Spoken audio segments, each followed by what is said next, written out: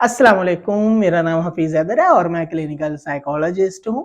आज की वीडियो बड़ी खास होने जा रही है। आज की वीडियो का जो टॉपिक है, अनुमान है, बेसिकली वो है साइकोलॉजिस्ट को भी साइकोलॉजिस्ट की जरूरत पड़ती है। तो आप बताएं, क्या पड़ती है साइकोलॉजिस्ट को साइकोलॉजिस्ट की जरूरत कि नहीं?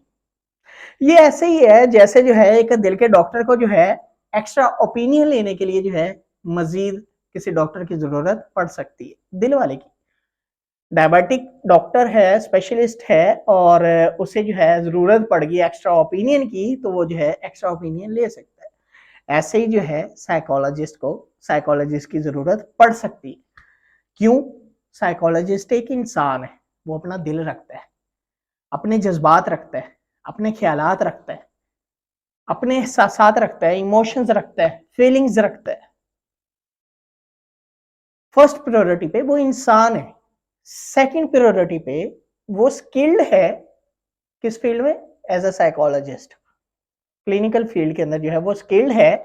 तो इसका ये मतलब नहीं है कि वो अपने ख्यालात, अपने जज्बात, अपने तासुरात, अपने इमोशंस को जो है खुद ही कंट्रोल कर लेगा।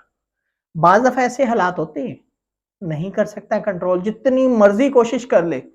बहुत सारे लोगों का ये ख्याल होता है कि स्ट्रेस, एंजाइटी, डिप्रेशन उसके लिए कोई बात ही नहीं।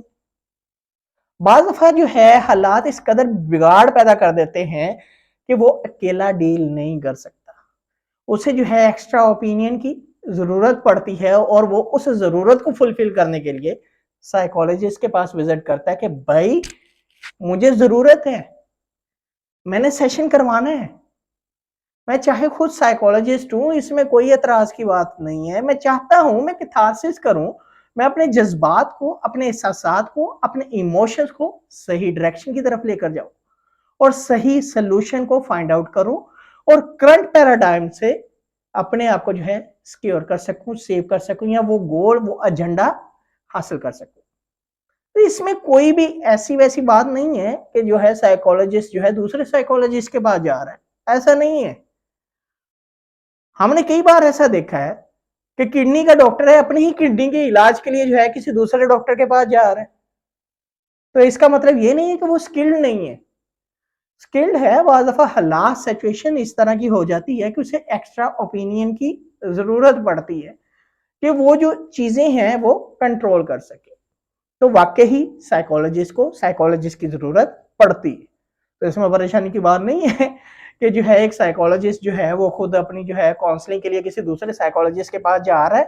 तो यकीन करें कि जो लोग, जो क्लिनिकल साइकोलॉजिस्ट अपने ही सेशन के लिए जो है किसी और साइकोलॉजिस्ट का सहारा लेते हैं ना, मैं एप्रिशिएट करता हूँ। क्यों? क्योंकि वो जो है अपनी लाइफ में, अपनी पर्सनैलिटी में निखार पैदा कर रहे हैं। तो ये नहीं है कि वो गुरूर करते हैं कि मैं तो साइकोलॉजिस्ट हूँ, मुझे तो किसी चीज़ की ज़रूरत ही नहीं है, मेरे पास हर तरह का स्किल है, मैं ये कर सकता हूँ, वो कर सकता हूँ, ये चीज़ें नहीं। हालात एक जैसे नहीं रहते, ज़रूरत पड़ती ही पड़ती है। इसलिए बेहतर ये है कि आप बेहतरी के लिए बेहतर सॉल्यूशन की तरफ जाएँ और अगर आपको ये स्टेप उठाना पड़ता है, तो इसमें परेशान नहीं होना, हिचकिचाना नहीं है। तो ये जो है सवाल था कि साइकोलॉजिस्ट को साइकोलॉजिस्ट की ज़रूरत पड़ती है? तो जी बिल्कुल पड़ती है, सिंपल सी बात है। तो वीडियो अच्छी लगी हो तो आप लाइक कर सकते हैं, शेयर कर सकते हैं, चैनल को सब्सक्राइब कर सकते हैं। कोई भी किसी भी किस्म का सवाल हो तो जनाब पूछ सकते हैं, कोई बात नहीं, मेरा नंबर स्क्रीन पे आ रहा होगा और मुझे कमेंट भी कर सकते हैं। तो इंशाल्लाह मिलेंगे नई वीडियो के साथ। अपना बहुत सारा ख्याल रखना। ओके, अल्लाह हाफ़िज़, अल्लाह निगहबान।